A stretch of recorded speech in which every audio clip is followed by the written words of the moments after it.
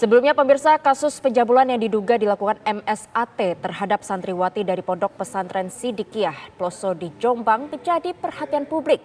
Untuk menangkap tersangka, polisi sempat kesulitan karena dihalangi ratusan santri serta ayah tersangka yang merupakan pimpinan pondok pesantren tersebut.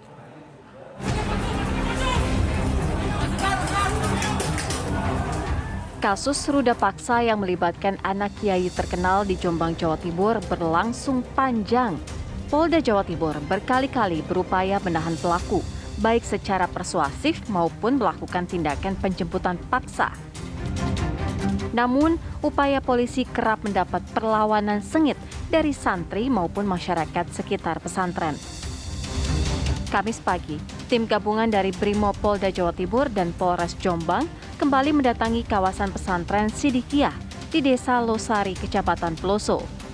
Polisi menggerahkan pasukan sebagai antisipasi keamanan dalam upaya penangkapan terhadap MSAT yang sudah berstatus tersangka kasus pencabulan.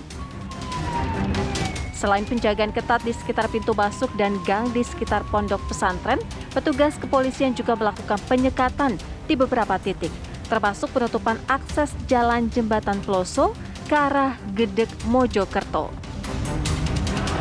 Pengepungan ini sebagai upaya penangkapan tersangka yang beberapa kali gagal dilakukan. Namun meski berhasil masuk dan menguasai pesantren, MSAT tidak kunjung berhasil ditahan. Bahkan keluarga bersikukuh untuk membawa pelaku sendiri ke Polda Jawa Timur untuk menjalani proses hukum. Kasus yang sudah berjalan selama kurang lebih 4 tahun ini menjadi perhatian publik, tidak hanya masyarakat Jawa Timur, namun juga secara nasional. Banyak pihak yang menyayangkan sikap polisi yang dinilai tidak tegas dan mengedepankan persuasif. Sementara korban dan keluarga diliputi kecemasan karena konon kerap mendapat ancaman dari pihak pelaku. Kesangsian publik terhadap polisi akhirnya terjawab. Kamis malam, DPO kasus dugaan pencabulan terhadap santriwati di Pondok Pesantren Sidikiyah Ploso Jombang, Jawa Timur itu menyerahkan diri. Tersangka langsung dibawa ke Mapolda Jawa Timur untuk menjalani pemeriksaan. Sementara itu, polisi telah menangkap puluhan orang yang sempat menghalangi proses penangkapan tersangka. Para pengikut tersangka ini sempat mendorong dan berupaya mengusir polisi.